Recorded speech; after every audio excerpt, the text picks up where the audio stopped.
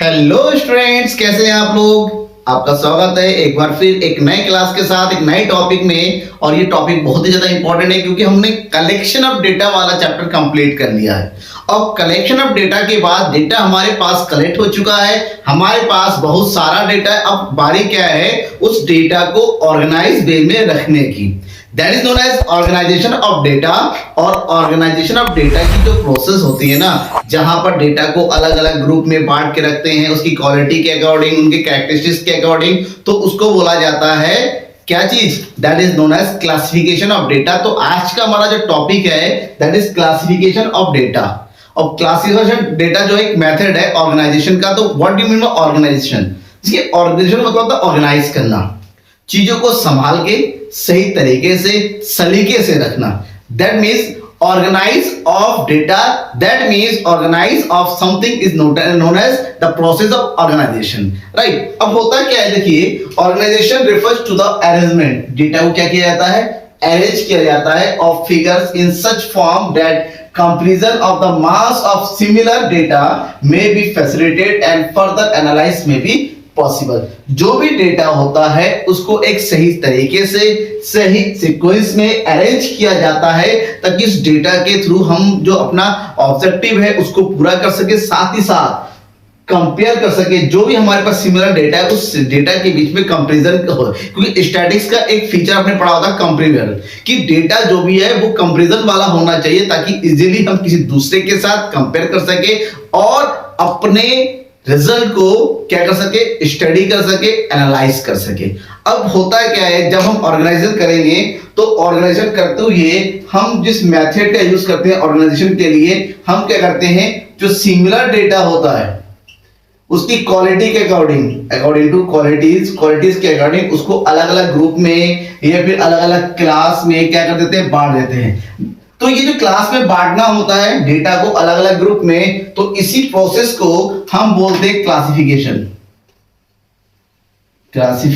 Of data. तो classification of data क्या होता है वो पढ़ना है, इसकी मेरिट्स क्या है वो पढ़ना है, इसकी डिमेरिट्स क्या है वो पढ़ना है, और सबसे इंपॉर्टेंट इसके बेसिस क्या है, किस बेस पे क्लासिफाई किया जाता है, किस बेस पे क्लासिफिकेशन की प्रोसेस को पूरा किया जाता है, उसको भी चलिए पढ़ते हैं, शुरू करते हैं। तो जब हम क्लासिफिकेशन की बात करते हैं तो व्हाट इज क्लासिफिकेशन? इसकी मेन क्लासिफिकेशन का मतलब होता है जो भी हमारे पास डेटा होता है, जो भी हमारे पास एक ह्यूज नंबर ऑफ डेटा हो जाता है, इंफॉर्मेशन हो जाती है जो हम कलेक्ट करते हैं अपने ऑब्जेक्टिव को पूरा करने के लिए, वो एक ओनली डेटा होता है, उसको हम पढ़ नहीं पाएंगे, उसको हम समझ नहीं पाएंगे। जरूरत क्या है, जो भी डेटा है उसको उसकी क्लास के अकॉर्डिंग, उसकी क्वालिटीज के अकॉर्डिंग, उसकी सिमिलरिटीज के अकॉर्डिंग उसको अलग अलग ग्रुप में क्या करना होता है, बांटना होता है, अरेंज करना होता है सिस्टमेटिक वे में। क्योंकि सिस्टमेटिक वे में अरेंज किया हुआ डेटा को अच्छे से आप पढ़ सकते हैं, समझ सकते हैं। एक एग्जांपल देता हूं, फॉर एग्जांपल आपके पास जो है 100 स्टूडेंट्स के मार्क्स है। कितने स्टूडेंट के मार्क्स है? 100 स्टूडेंट्स के मार्क्स आपके पास अवेलेबल है। क्या पढ़ोगे आप, क्या इसको अब क्या करना पड़ेगा आपको, 100 स्टूडेंट के मार्क्स को समझने के लिए, एनालाइज करने के लिए, अपने स्कूल के रिजल्ट को अच्छे से समझने के लिए हम क्या करेंगे, उस 100 ग्रुप के 100 स्टूडेंट्स के मार्क्स को अब डिवाइड करेंगे अलग अलग ग्रुप में। हम क्या करेंगे, 90 प्लस वाले एक ग्रुप में रखेंगे, 80 प्लस वाले एक ग्रुप में रखेंगे, 70 प्लस वाले एक ग्रुप में रखेंगे, 60 प्लस वाले एक ग्रुप में रखेंगे, ठीक है ना, 45 प्लस के ग्रुप में रखेंगे, और 33 प्लस का एक ग्रुप बनाएंगे, और एक ग्रुप बनाएंगे हम क्या, बिलो 33, राइट। अब इसके अकॉर्डिंग हमें पता चल जाएगा किस कैटेगरी में कितने कितने बच्चे हैं, और उसी के अकॉर्डिंग हम आगे के काम कर सकते हैं। फॉर एग्जांपल क्लास 10 का एग्जाम है और क्लास का 10th के बाद हमें जो है सेक्शन डिवाइड करना है। बच्चों को पता नहीं चल पा रहा है कि कौन क्या है, और हम हर किसी को मनमर्जी वाले सब्जेक्ट नहीं देना चाहते हैं, साइंस, आर्ट्स और कॉमर्स में हमें डिवाइड करना है। तो सबसे बेस्ट होता है उनके क्लास 10th का रिजल्ट। हमें बच्चों को अलग अलग ग्रुप में बांटने के लिए, उसके कमियों को समझने के लिए, उनको स्टडी करने के लिए कहाँ क्या कमी रह गई, किस चीज के अकॉर्डिंग क्या बच्चा उस साइंस को कवर कर पाएगा, क्या बच्चा कॉमर्स ले पाएगा, क्या उसके आर्ट्स सही है या नहीं, उसके लिए उस सारे 100 के 100 बच्चे को हम अलग अलग ग्रुप के अकॉर्डिंग टू देयर परसेंटेज मतलब क्वालिटी किसके अकॉर्डिंग, परसेंटेज के अकॉर्डिंग। फिर हम देखना चाहते हैं, चलो साइंस की स्टूडेंट है, साइंस की स्टूडेंट क्या वो मैथ्स के लायक है या बायो लेना चाहता है, तो हम मैथ्स और बायो के कंपैरिजन करेंगे, इंटरेस्ट जानेंगे उनको, कितने को मैथ्स पसंद है, कितने को बायो पसंद है, उसके अकॉर्डिंग हम बांटेंगे।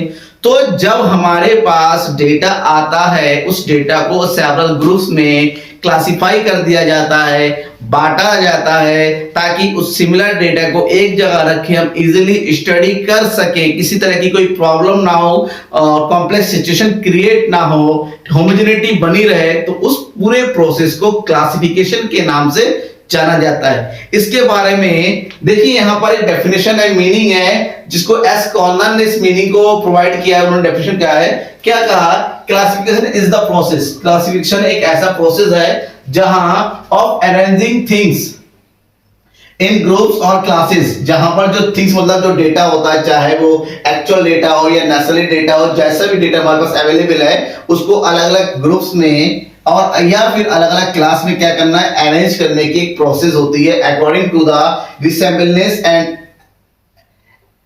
affinities and gives expression to the unity of attributes that may exist among the diversity of the individuals। जो अलग अलग इंडिविजुअल्स है उसके अंदर कुछ सिमिलरिटीज होती है, जो एट्रीब्यूट्स होते हैं उसके अकॉर्डिंग उसको हम क्या करते हैं, एक सही मैनर में अरेंज करते हैं। और सही मैनर में अरेंज किया हुआ डेटा दिखने में भी अच्छा होता है, समझने में भी अच्छा होता है, और इजीली हम उसको क्या कर सकते हैं, रिप्रेजेंट कर सकते हैं। जो प्रेजेंटेशन किया, चाहे हम उसको बाद में बार ग्राफ बनाना हो, चाहे आपको उसमें उससे चार्ट बनाना हो, या फिर आपको उसको कंक्लूजन निकालना हो, आप इजीली कर सकते हैं। इवन अगर डेटा ऐसे ही रफली पड़ा हुआ है तो आप उसको स्टडी नहीं कर पाएंगे।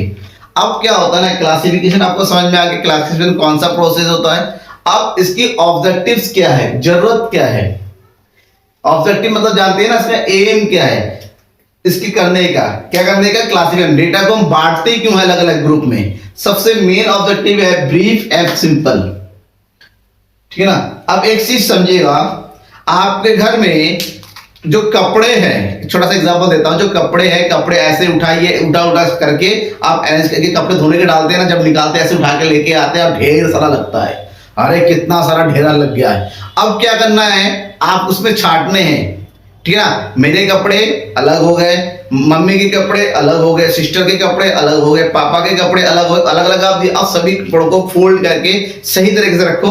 जो ढेर सा लग रहा था, बड़ा गंदा सा लग रहा था ना, जब फोल्ड करके सिस्टमेटिक रखेंगे, शर्ट के ऊपर शर्ट रखेंगे, पैंट के ऊपर पैंट रखेंगे, फिर तय करके रखेंगे, देखिए जगह भी कम चाहिए, और वो तय किया हुआ सिस्टमेटिक में रखा हुआ जो कपड़े होता है दिखने भी अच्छा होता है। ये क्लासिफिकेशन का ही एक प्रोसेस होता है, समझ में आ गया। अब क्या होता है इसमें, ब्रीफ एंड सिंपल, मतलब क्या होता है, चीजों को जो है ब्रीफ मतलब छोटा और बिल्कुल सिंपल तरीके से रिप्रेजेंट होता है, जो बड़ा सा होता है, जैसे मैं एग्जांपल दिया। दूसरा होता है यूटिलिटी, यूटिलिटी मतलब फिर वही कपड़े में आते हैं, कपड़ा रखा हुआ ऐसे ढेर, आपने इसको बांट के अलग अलग, आप इजीली कौन सा आपको फॉर्मल कपड़े चाहिए, घर के पहनने के लिए कपड़े चाहिए, इजीली उन ढेर में से ना निकाल के आपने जो सिस्टमेटिक रखा हुआ है कि वहां से निकाल सकते हैं, क्योंकि चीजों को ढूंढने से आसानी से मिल जाएगी। अब एक ढेर बना के रखो, चीजों को ढूंढो, नहीं मिल पाएगा, दिक्कत हो जाती है। सिस्टमेटिक तरीके से रखी हुई चीजों को समझना आसान होता है, दैट मींस उसकी यूटिलिटी बढ़ जाती है, यूजेस ज्यादा होता है, right. Distinctiveness, comparability, scientific arrangement and attractive and effective, ये सब जो है क्लासिफिकेशन के ऑब्जेक्टिव है। चीजों को जो सबसे इंपॉर्टेंट चीज है अट्रैक्टिव, अच्छा भी तो दिखना चाहिए। जो अरेंज किया हुआ है डेटा है वो आपने ऐसे ही बिना किसी सिस्टम के अरेंज किया है, अब उसको सिस्टमेटिक वे में अरेंज करो, पढ़ने में भी अट्रैक्टिव हो जाएगा, इफेक्टिव भी हो जाएगा, कि रिजल्ट बेटर आ जाएगा। हम उस डेटा को इजीली कंपेयर कर सकते हैं किसी के साथ भी, क्योंकि आपने ऐसे वे में अरेंज किया है जहां हर बार आप डेटा को उसी एक वे में अरेंज कर देते हैं, तो सिस्टमेटिक वे में अरेंज किया हुआ डेटा को समझना और कंपेयर करना आसानी हो जाता है। अब बात है इसकी कैरेक्टर कि डेटा को ऐसी कौन सी खासियत, क्लासिफिकेशन में कौन से कैरेक्टर होने चाहिए, किस बेस पे कैरेक्टर मतलब किस कैरेक्टरिस्टिक्स के बेस पे जो है डेटा को क्लासिफाई किया जाए, आखिर कौन कौन सी उसकी क्वालिटी होनी चाहिए, किस डेटा को हमें जब क्लासिफाई करेंगे हमारे मन में होना चाहिए, इस बेस पे हम क्लासिफाई करेंगे। सबसे इंपॉर्टेंट बात यह है कि हम जब भी डेटा को अरेंज करें क्लास में बांटे, ग्रुप में बांटे, हमें एक चीज ध्यान रखना है कॉम्प्रिहेंसिवनेस का, मतलब एक भी डेटा छूटना ना पाए, उसको उसकी सही क्लास में सही तरीके से रखा जाए। मान लीजिए हमारे पास जैसे मैंने कहा 100 स्टूडेंट है, अरेंज करते करते ऐसा नहीं है कोई एक या दो स्टूडेंट ग्रुप से बाहर ही हो गए, ऐसा नहीं करना है। इस तरीके से डेटा को अरेंज करना है ताकि 100% डेटा हमारा रिकवर हो जाए, कवर हो जाए इसके अंदर। नेक्स्ट है क्लियरिटी। अरेंजमेंट करने का जो सिस्टम होना चाहिए वो क्लियर होना चाहिए, क्लियर विजन के अकॉर्डिंग होना चाहिए कि जिसको जहां रखना है उसको वहीं रखना है, कोई कंफ्यूजन नहीं होना चाहिए बाद में कि इसको यहां क्यों रखा, वहां क्यों रखा। नेक्स्ट है होमोजेनिटी। जिस ग्रुप में बात कर रहे हैं, क्लास बना रहे हैं, ग्रुप बना रहे हैं, वो उस सेम ग्रुप की क्वालिटी एक जैसी होनी चाहिए, होमोजेनिटी होनी चाहिए, ठीक है ना। वो सारे ये जैसे हमने बताया था कि एक ग्रुप बना लेते हैं 80-90 प्लस वालों का, इसमें सारे बच्चे 80 प्लस वाले होंगे, कोई कंफ्यूजन कि ये ग्रुप है जब 80 प्लस, आपको ये नहीं कर सकता मेरा तो 79 है, मैं क्यों नहीं हूं, मैं नहीं हूं क्योंकि 80 प्लस वालों का ग्रुप बनाया जा रहा है, ठीक है। नेक्स्ट है सुइटेबिलिटी।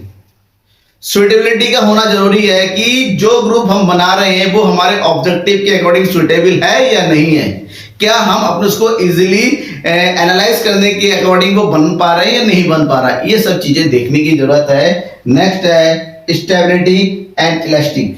जो डेटा अरेंज करने का सिस्टम है वो स्टेबल होना चाहिए, ऐसा भी नहीं हमने डेटा अरेंज किया अपने ऑब्जेक्टिव के लिए बाद उसको बार बार चेंज करना पड़ रहा है, ऐसा नहीं होना चाहिए। दूसरा इलास्टिक भी होना चाहिए, स्टेबिलिटी भी और इलास्टिक दोनों होना चाहिए। इलास्टिक का मतलब होता है अगर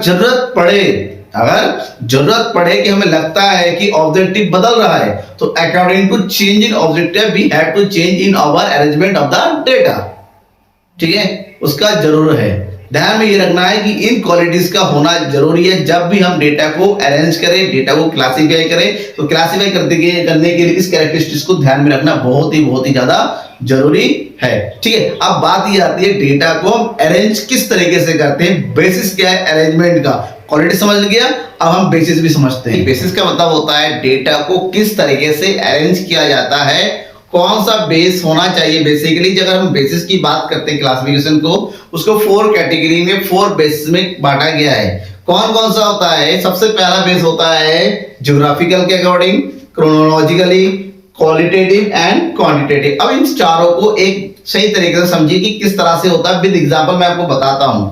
सबसे पहले अगर हम बात करते हैं ज्योग्राफिकल डेटा का, that is geographical classification. Geographical classification का मतलब होता है डेटा को जो अरेंज किया जाता है यहां पर किस बेस पे, अकॉर्डिंग टू द प्लेस के अकॉर्डिंग। और वो प्लेस चाहे आपका किसके अकॉर्डिंग हो, चाहे वो किसी रीजन के अकॉर्डिंग हो, चाहे वो कंट्री के अकॉर्डिंग हो, चाहे वो स्टेट के अकॉर्डिंग हो, चाहे वो सिटी के अकॉर्डिंग हो, चाहे वो विलेज के अकॉर्डिंग हो, चाहे वो ब्लॉक के अकॉर्डिंग हो, चाहे वो वार्ड के अकॉर्डिंग हो, जैसा भी हो, यहां पर जो बेसिस होता है क्लासिफिकेशन का वो होती है प्लेस, जिसको ज्योग्राफिकल क्लासिफिकेशन के नाम से जानते हैं। फॉर एग्जांपल अगर हम बात करते हैं प्रोडक्शन ऑफ व्हीट की, प्रोडक्शन ऑफ व्हीट कि हमें बताना है कि व्हीट के प्रोडक्शन से रिलेटेड डेटा दिखाना है, तो हम अब क्या करते हैं स्टेट के हिसाब से दिखाते हैं। तो हमने एक तरफ स्टेट रख दिया और एक तरफ लिख दिया प्रोडक्शन क्वांटिटी, ठीक है, अकॉर्डिंग टू द टन के अकॉर्डिंग। तो हम बात करेंगे किस स्टेट की, जैसे पंजाब में कितना प्रोडक्शन हुआ, मान लेते हैं 230 टन का, ठीक है ना। फिर यूपी में कितना प्रोडक्शन हुआ 223 टन का, ठीक है। हरियाणा में कितना प्रोडक्शन हुआ, फिर हम बात करेंगे 200 टन का।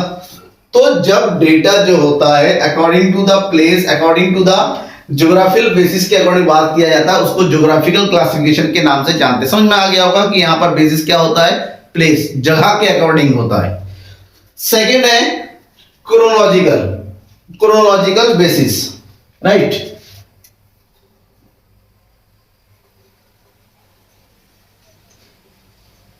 Chronological classification. अब क्रोनोलॉजिकल क्लासिफिकेशन का मतलब होता है, क्रोनोलॉजिकल का मतलब होता है यहां पर time basis, according to the time, चाहे वो टाइम ईयर के अकॉर्डिंग हो, चाहे वो डिकेड के अकॉर्डिंग हो, चाहे वो डेज हो या फिर मंथ हो या फिर वीक हो या आवर हो या मिनट्स हो, जैसा भी हो, यहां पर जो क्लासिफिकेशन का पूरा बेसिस होता है वो टाइम के अकॉर्डिंग होता है। ठीक है, किसके अकॉर्डिंग होता है? टाइम के अकॉर्डिंग होता है। आपको ये ध्यान रखना। फॉर एग्जांपल हम सेम लेते हैं production of beet, production of beet, beet के प्रोडक्शन लिखते हैं, लेकिन यहां पर प्लेस के अकॉर्डिंग नहीं, बीट का प्रोडक्शन किसके अकॉर्डिंग लेंगे? टाइम के according. Production of beet in India, India में बीट का प्रोडक्शन कैसे हुआ? 2020 में कितना हुआ, 2021 में कितना हुआ, 2022 में कितना हुआ। तो ये क्या हो गया? अकॉर्डिंग टू द ईयर हो गया, और यहां पर हो गया प्रोडक्शन इन टन्स। ठीक है, तो 2020 की बात करते हैं, जैसे 3490, 22 में हो गया इतना, फिर 21 में कितना हो गया? 4190, 22 में बात करते हैं 400, 550। तो जब डेटा को टाइम के अकॉर्डिंग डिवाइड किया जाता है, क्लासिफाई किया जाता है, तो उसको क्रोनोलॉजिकल क्लासिफिकेशन के नाम से जानते हैं। ठीक है, यहां तक समझ में आ गया। थर्ड पॉइंट है क्लासिफिकेशन का, वो है qualitative, according to the quality of the data. Data की जो क्वालिटी होती है, मैंने क्लासिफिकेशन के क्वालिटी के अकॉर्डिंग बांटा जाता है, उसकी क्वालिटी के अकॉर्डिंग बांटा जाता है। ठीक है ना, ध्यान रखिएगा। क्वालिटी चाहे कैसा भी हो, चाहे जेंडर हो, चाहे एज हो, चाहे लिटरेसी हो, चाहे एज वेल जैसा भी हो, ठीक है, उसके अकॉर्डिंग। तो कोई भी एक बेसिक क्वालिटी के अकॉर्डिंग जब डेटा को अलग अलग ग्रुप में बांटा जाता है, तो उसको जो हम क्वालिटेटिव क्लासिफिकेशन के नाम से जानते हैं। यहां पर जो क्वालिटेटिव क्लासिफिकेशन होता है, उसमें दो कैटेगरी होती है, कि क्वालिटी भी कई तरह की होती है, क्वालिटी के अंदर ही क्वालिटी पाई जाती है, जिसमें सबसे पहला क्लासिफिकेशन होता है जिसको बोलते हैं सिंपल क्लासिफिकेशन, और दूसरे को बोला जाता है मैनिफोल्ड क्लासिफिकेशन। सिंपल क्लासिफिकेशन क्या होता है? यहां पर हमें एक सिंपल क्वालिटी, एक सिंगल क्वालिटी को चेक किया जाता है, और यहां पर जो क्लासिफिकेशन को हम डिचोटोमी के नाम से जानते हैं, दैट इज नोन एज डिचोटोमी। डिचोटोमी का मतलब होता है कि एक इस तरह के क्वालिटी को लेना जहां पर जो दो डेटा होता है, जहां पर एक दूसरे के ऑपोजिट डेटा को शो किया जाता है। फॉर एग्जांपल, एक तरफ लिखेंगे परचेंस ऑफ क्वालिटी, और दूसरी तरफ लिखेंगे absent of quality. For example, अगर हम जेंडर के अकॉर्डिंग बांटते हैं, जेंडर का मतलब होता है एक तरफ लिखेंगे मेल, दूसरी तरफ हो गया फीमेल। ठीक है, एक दूसरे का ऑपोजिट डेटा हो गया। ठीक ना, एक तरफ लिखेंगे लिटरेट, एक तरफ लिखेंगे इलिटरेट। ठीक ना, तो जब डेटा को एक ऑपोजिट चीजों के अकॉर्डिंग बांटते हैं, वो तो सिंपल क्लासिफिकेशन। ठीक है ना, वहीं पर मैनिफोल्ड में क्या होता है? एक से ज्यादा क्वालिटी को जब अरेंज किया जाता है। फॉर एग्जांपल, हम यहां पर क्या देते हैं, एक से ज्यादा अकॉर्डिंग बांटते हैं। For example, number of student है हमारे पास, नंबर ऑफ स्टूडेंट्स, और नंबर ऑफ स्टूडेंट्स को हमने दो ग्रुप में बांट दिया। ठीक है ना, किसके अकॉर्डिंग बांट दिया? दो ग्रुप में। एक तरफ हम लिखेंगे बॉयज, और दूसरी तरफ क्या लिखेंगे? गर्ल्स। हमारे पास टोटल गर्ल्स कितने? इतने टोटल बॉयज। अब जो बॉयज होते हैं, इसको हमने क्या कर दिया? तीन अलग ग्रुप में बांट दिया, साइंस के बॉयज, कॉमर्स के बॉयज, और आर्ट्स के बॉयज। सेम वही गर्ल्स को भी दो ग्रुप में बांटेंगे, साइंस के बॉयज, कॉमर्स के बॉयज एंड आर्ट्स के। तो इसको बोलते हैं मैनिफोल्ड, जहां पर एक से ज्यादा क्वालिटी के अकॉर्डिंग डेटा को अरेंज किया जाता है, उसको मैनिफोल्ड अरेंजमेंट या मैनिफोल्ड क्लासिफिकेशन के नाम से जानते हैं। और लास्ट वन है क्वांटिटेटिव।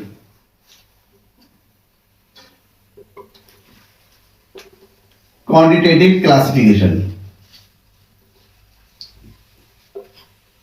अब क्वांटिटेटिव क्लासिफिकेशन का मतलब होता है नंबर, अकॉर्डिंग टू नंबर। यहां पर नंबर को देखा जाता है, यहां पर ना प्लेस होता है, ना टाइम होता है, ना क्वालिटी होती है, यहां पर नंबर को शो किया जाता है। जैसे distribution of income, distribution income को दिखाना है, तो एक तरफ हम लिखते हैं किस चीज को? इनकम, और दूसरा लिखेंगे नंबर ऑफ फैमिलीज। जैसे 0 to 50,000 की इनकम वाले कितने लोग हैं? सॉरी, 0 to 10,000 वाले इनकम वाले कितने फैमिलीज के हैं? 10,000 से लेके 20,000 वाले कितने हैं? 20,000 से लेके 30,000 वाले कितने हैं? फिर 30 से लेके 50,000 वाले कितने हैं? जब अकॉर्डिंग टू नंबर, चाहे वो इनकम हो, चाहे वो एज ग्रुप हो, ठीक है ना, जहां पर नंबरों के अकॉर्डिंग डेटा को बांटा जाता है, तो उस तरह की क्लासिफिकेशन को हम बोलते हैं क्वांटिटेटिव क्लासिफिकेशन। तो समझ में आ गया होगा आपको कि किस तरीके से डेटा को अरेंज किया जाता है। देखिए, डेटा को समझना, डेटा को पढ़ना, रिजल्ट निकालना, सब कुछ डिपेंड करता है कि आपने डेटा को किस तरीके से अरेंज किया है, क्या होमोजेन, क्योंकि डेटा का अरेंजमेंट के अकॉर्डिंग ही बाकी काम होगा। आपने डेटा तो कलेक्ट कर लिया, लेकिन डेटा कलेक्ट करने के बाद उसको सही तरीके से, क्योंकि जब तक डेटा सही से रखा नहीं जाएगा उसको रिप्रेजेंट नहीं कर पाएंगे। रिप्रेजेंटेशन सही से नहीं होगा तो एनालाइज ऑन स्टडी भी सही नहीं होगा, रिजल्ट खराब हो सकता है। तो ध्यान ये रहे कि इसकी जो बेसिस होती है वो सब कुछ आपको पता होना चाहिए। एग्जाम में भी क्वेश्चन अक्सर पूछा जाता है। अब क्या रह गया, इसमें बहुत सारी चीजें रह गई, जैसे डिस्ट्रीब्यूशन जो रखते हैं, जो फ्रीक्वेंसी डिस्ट्रीब्यूशन क्या होता है, ठीक है ना, इंडिविजुअल सीरीज क्या होता है, डेटा सीरीज क्या होता है, सब बहुत कुछ हमें अभी पढ़ना है। तो उसके लिए आपको बस क्लास का वेट करना पड़ेगा। इसके बाद नेक्स्ट क्लास में आपको डेटा के बारे में बताया जाएगा, किस तरीके से क्लासीफाई ऑर्गेनाइज किया जाता है। Thank you everyone.